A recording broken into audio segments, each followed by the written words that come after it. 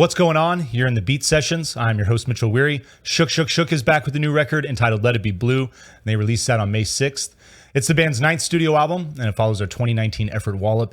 And since releasing their self-titled debut back in 2000, this outfit, led by Nick Offer, has just been an absolute monster. So consistent and so good. And I would attribute that to the dynamic that all of the players bring to the table. Nick is a great frontman, but I really like the way that all the members of this band are involved in the songwriting process. And they collaborate in different ways. And it really, when you look at who's writing songs, it looks like there's no ego in this band whatsoever. And you can feel it in their energy. You can see it in their live shows. If you've never seen this band, they're amazing.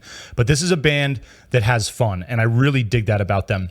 I like the way that they came out of the gate screaming 20 years ago too, and really established what they wanted to do with their sound, and have basically been working within that framework ever since.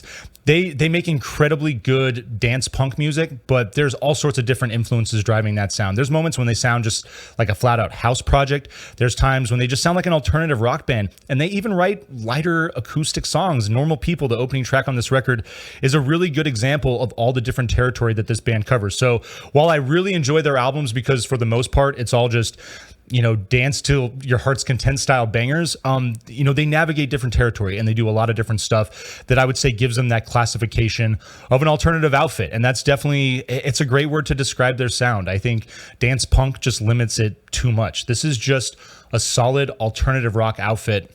And no matter what they're doing, it sounds organic. And I love that about these guys. This album kicks off with Normal People. It's got this, it's a simple acoustic track. It reminded me a lot of Elliott Smith, but it sounds like, the melody, it's got this like slight flamenco and bossa nova feel to it. I really like the way that this song opens up the record. And then you get a little bit more, and that's where they just start to bring it. Great electro funk house feel on this song, and the bass is so thick and tasty. I absolutely love this track. Certainly one of my favorites. It leads into Storm Around the World, featuring Maria Uzor, who's fantastic on this song. It's got a great vocal intro. I love the hand claps that come in on this song. And then, the music comes in minimally, but then throughout the course of the song, it fills out nicely. And you get this kind of sort of like 90s dance pop feel, maybe like more to mid to late 90s, but really, it's an excellent track, keeps the energy going at a nice pace.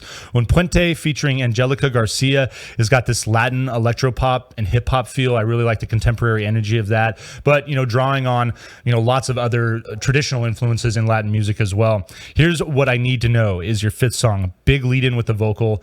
Music remains minimal on this track as well. There's a couple good moments where they're really utilizing that technique well. And then in the last minute, this thing, it just kicks into a contemporary disco feel, but there's lots of different genres driving the coda of that track. Really was a lot of fun to listen to. And then your song Panama Canal is featuring Mia Pace is actually doing the vocals on this. It's got this driving, pulsating bass. I really just like the drums and the thick synth pop on this. There's a bit of a hip hop energy in this song as well, but I really like what Mia brings to the table lyrically. And she's also going to help out on a cover of Man on the Moon. That is your seventh track. Funky REM cover. I really like what they're working with on the sound on that track. Let It Be Blue, the title track, is your eighth track, electro funk.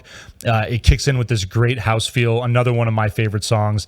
You get It's Gray, It's Gray, It's Gray as your ninth track. This sounds like Shook Shook Shook doing Elvis Costello, showing off that different energy that they can bring to the table, branching out, bringing a more alternative rock sounding energy to their music. Your penultimate track is Crazy Talk, light breezy house feel, excellent hook, big pop element on this track. Nice way to bring it into your final song, which is This Is Pop 2. And I like the energy here. It's got this great alternative rock feel. It reminds me a lot of Iggy Pop, big time, especially when he started working into the 80s, early 90s. It's a marvelous effort from these guys. They are so consistent. One of the more consistent bands out there. Really excited to see these songs worked into their live show. And like I said, if you've never checked these guys out, if you feel like just dancing the night away, buy a ticket, go check them out. It'll be worth your time. We're going to vinyl please this thing in the meantime, though. And I hope you find this review helpful. Please like this video, share it, subscribe to the channel, do all the things to help me blow this project up in 2022. And stay tuned throughout the week for more album reviews. We will see you next time on The Beat Sesh.